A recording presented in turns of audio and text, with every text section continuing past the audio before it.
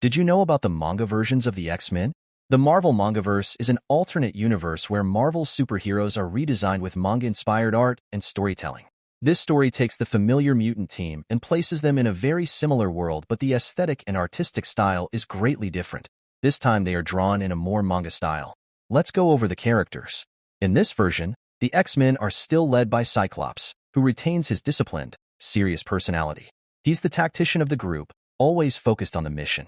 He still has his iconic beams that shoot from his eyes, albeit a bit different on this Earth. The core idea of his iconic eye beams are there.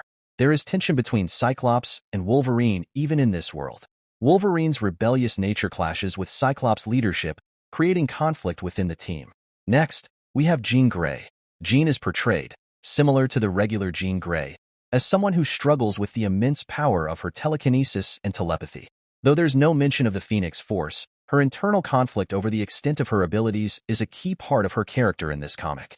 Storm is also featured prominently. Her powers to control the weather are even more mystical in this universe, giving her a shaman-like quality. She uses nature in more visually dramatic ways, setting her apart from her mainstream counterpart.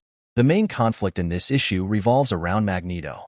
Much like in the regular Marvel universe, Magneto is driven by his belief in mutant superiority. In this story, he's trying to use his magnetic powers to destabilize the world and take control. His powers are portrayed in a very exaggerated way, consistent with the manga style, and his threat to both mutants and humans alike is clear. Magneto's plan is to unleash a catastrophic force that will shift the balance of power in favor of mutants. The X-Men, led by Cyclops, work together to stop him, despite the internal tensions between Cyclops and Wolverine. The climax of the comic is an intense battle between the X-Men and Magneto. Magneto launches an all-out assault on the X-Men, using his magnetic powers to control metal debris and structures, creating deadly obstacles for the team. Jean Grey, initially hesitant to use her full telekinetic powers, steps up and uses her abilities to block and repel Magneto's attacks, helping to protect the team.